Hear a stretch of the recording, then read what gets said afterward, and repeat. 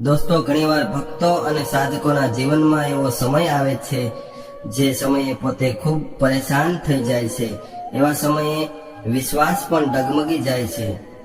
ઘણા બધા એવા ભક્ત પણ હોય છે જે ભગવાનનું નામ લેવાનું પણ છોડી દે છે અને નાસ્તિક બની જાય છે, કેમ કે એ લોકો એ પરિસ્થિતિને સહન નથી કરી શકતા અને એ લોકો સમજી પણ નથી શકતા કે આવું તેમની સાથે કેમ થાય છે.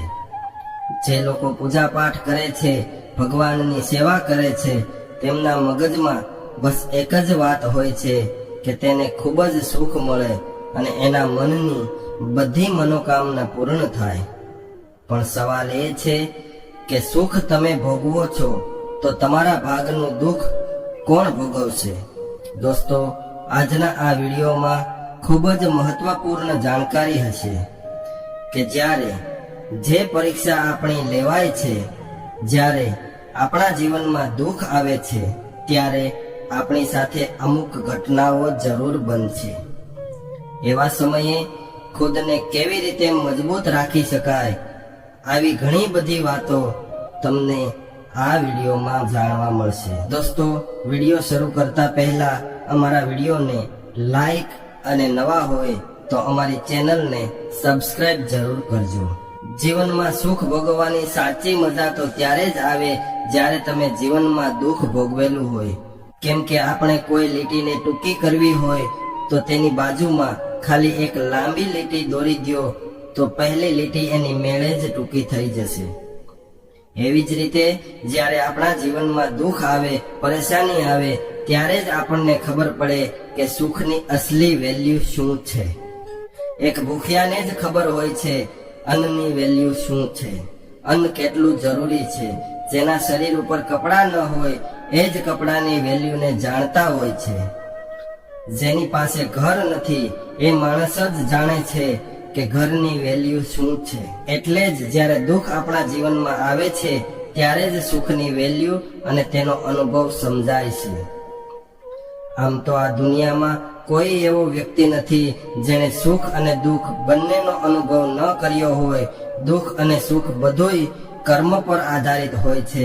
કોઈ વ્યક્તિ એવા કર્મ ન કરી શકે કે ફક્ત એને સુખ જ મળે, કે પછી કોઈ વ્યક્તિ એવા કર્મ પણ ન કરી શકે કે એને ફક્ત દુઃખ જ મળે.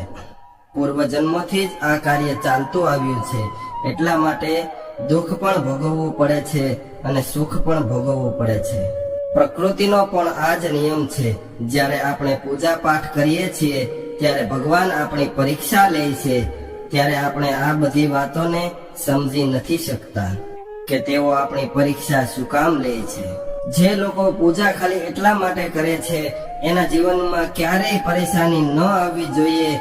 એને ક્યારેક નાની એવી મુસીબત આવી જાય તો તે સીધા જ ભગવાનને ફરિયાદ કરવા લાગે છે, ભગવાનને સવાલ કરવા લાગે છે કે હું તો તમારી રોજ પૂજા કરું છું, હું તો તમારો ખૂબ મોટો ભક્ત છું, તો પણ મારા જીવનમાં સમસ્યાઓ કેમ આવે છે? આ સમજવા માટે એક ઉદાહરણ આપું છું. એક વ્યક્તિ હતો જે ભગવાનની ખૂબ પૂજા કરતો હતો.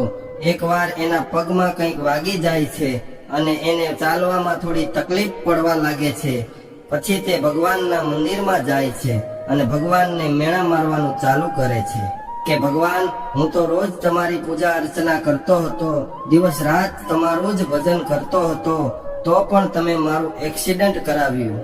આ વ્યક્તિ જ્યારે રાત્રે સૂતો હોય છે ત્યારે ભગવાન એના સપનામાં આવે છે અને એને એ એક્સિડન્ટની ઘટના ફરીથી બતાવે છે અને કહે છે કે આ કોઈ મામૂલી એક્સિડન્ટ નહોતો, આ એક ખૂબ ભયંકર એક્સિડન્ટ થવાનું હતું જેમાં તારું મૃત્યુ નક્કી હતું. તો ક્યાંક ને ક્યાંક તારા કર્મ, તારી પૂજા અર્ચના, મારું નામ, આ બધું લેવાના કારણે આવડું મોટું એક્સિડન્ટ એક નાના એવા સામાન્ય અકસ્માતમાં બદલાઈ ગયું. તને ખાલી જરાક એવું જ પગમાં લાગ્યું છે. ત્યારબાદ એ વ્યક્તિ સમજી જાય છે કે ભગવાનને કારણે એ કેવડી મોટી સમસ્યામાંથી બહાર આવ્યો છે. એટલે દોસ્તો, ભગવાન જ્યારે પણ આપણી પરીક્ષા લે ત્યારે એ આપણને એના લાયક બનાવે છે કે આપણે આપણા જીવનમાં સફળ થઈ શકીએ. ભગવાન દુઃખને ક્યારેય ઓછું નથી કરતા અને ના તો આપણા જીવનમાંથી દુઃખોને હટાવે છે. દુઃખ તો આપણે આપણા જીવનમાં ભોગવવું જ પડશે. દુઃખ તો આપણા જીવનમાં આવશે જ, પણ એ દુઃખો સામે લડવાની ક્ષમતા, એ દુઃખો સામે લડવાની શક્તિ આપણને ભગવાન જરૂર આપે છે. અને જ્યારે આપણી અંદર દુઃખ સહન કરવાની શક્તિ આવી જાય છે, ત્યારે એ દુઃખ આપણને દુઃખ નહીં લાગે. એક બીજું ઉદાહરણ સમજો.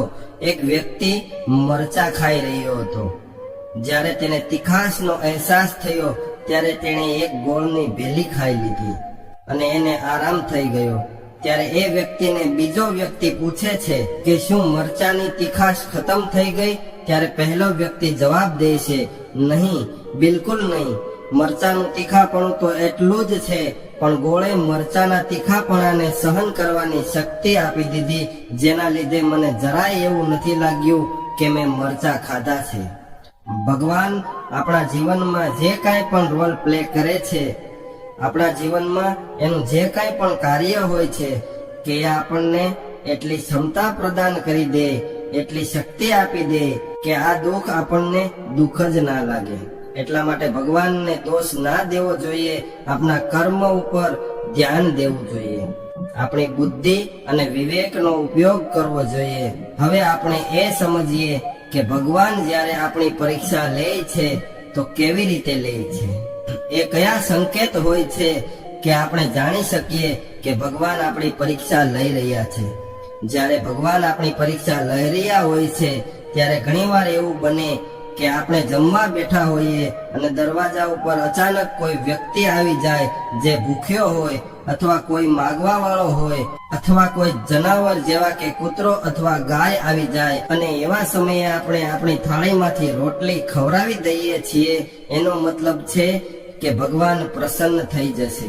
ઘણા લોકો પોતાની થાળીમાંથી નહીં પણ ઘરમાંથી રોટલી આપી દે છે, પરંતુ આપણે આપણી થાળીમાંથી જ રોટલી દેવી જોઈએ, કેમ કે એનાથી એવું માનવામાં આવે છે કે આપણે આપણા મોઢાનો કોળિયો બીજાને આપી દીધો, અને આ ખૂબ મોટું દાન માનવામાં આવે છે. તમને અગર આવા લક્ષણ જોવા મળે તો સમજી લેવું કે ભગવાન આપણી પરીક્ષા લઈ રહ્યા છે. ઘણી વખત ભગવાન આપણી પરીક્ષા આવી રીતે પણ લે છે કે આપણે ક્યાંક જઈ રહ્યા હોઈએ અને રસ્તામાં કોઈ વ્યક્તિ એવી હાલતમાં મળે કે તે ઠંડીથી ધ્રુજતો હોય, અને અચાનક આપણા મનમાં એવો ભાવ પ્રગટ થાય કે આપણે એ વ્યક્તિને ધાબળો અથવા કોટ આપી દઈએ છીએ. આ પણ ખૂબ મોટું દાન માનવામાં આવે છે. કોઈ ભૂખ્યાને ભોજન કરાવવું અથવા કોઈ જરૂરિયાતમંદને વસ્ત્રોનું દાન આપવું, આવા કાર્યો કરવાથી ભગવાનની કૃપા હંમેશા આપણા ઉપર બની રહે છે. બસ આપણે ક્યારેય પણ ભગવાન ઉપર આપણો વિશ્વાસ ડગમગવા નથી દેવાનો, કેમ કે તેઓ સદાય આપણી સાથે જ રહે છે. તમે સુદામાજીનું દ્રષ્ટાંત પણ જરૂર સાંભળ્યું હશે. તેઓ ભગવાન શ્રી કૃષ્ણના પરમ ભક્ત હતા અને તેમના મિત્ર પણ હતા. એ તો એટલા ગરીબ હતા કે એના ઘરમાં 2 ટાઈમનું ભોજન પણ નહોતું. જ્યારે તેઓ ભગવાન શ્રી કૃષ્ણના દરબારમાં જાય છે ત્યારે લોકો એના પર હસે છે, દ્વારકાધીશના મિત્ર આ કેવી રીતે હશે? પરંતુ સુદામાજીએ ક્યારેય પણ